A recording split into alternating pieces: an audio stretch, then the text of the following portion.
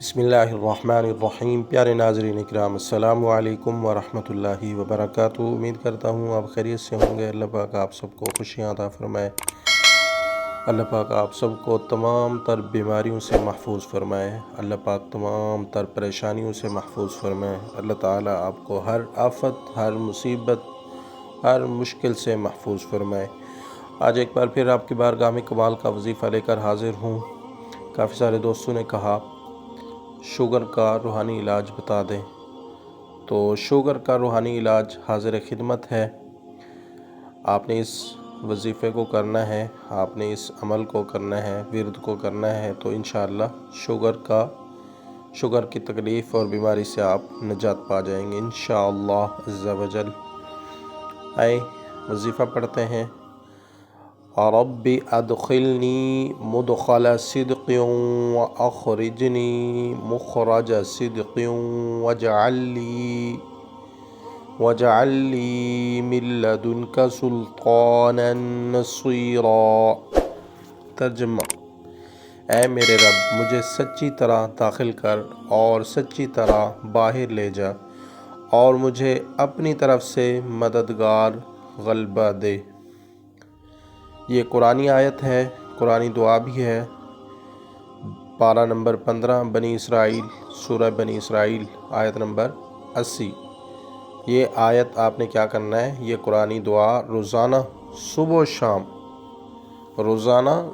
شام تین بار، اول آخر تین بار درود شریف پڑھ کر پانی پر دم کر کے پئیں انشاءاللہ عز و جل۔ اس وظیفے کی برکت سے اللہ پاک شوگر کی بیماری کو ختم فرما دے گا انشاءاللہ۔ ایک دفعہ پھر سن لیں، یہ قرآنی دعا روزانہ صبح و شام تین بار، اول آخر تین بار درود شریف پڑھ کر پانی پر دم کر کے پئیں انشاءاللہ عز و جل، صحت یاب ہو جائیں گے۔ تو یہ وظیفہ آپ نے کرنا ہے، کمال کا وظیفہ ہے۔ اور کب تک کرنا ہے؟ مدت علاج اس کا تا حصول شفا، جب تک آپ کو شفا نہ ملے تب تک آپ یہ وظیفہ کرتے رہیں۔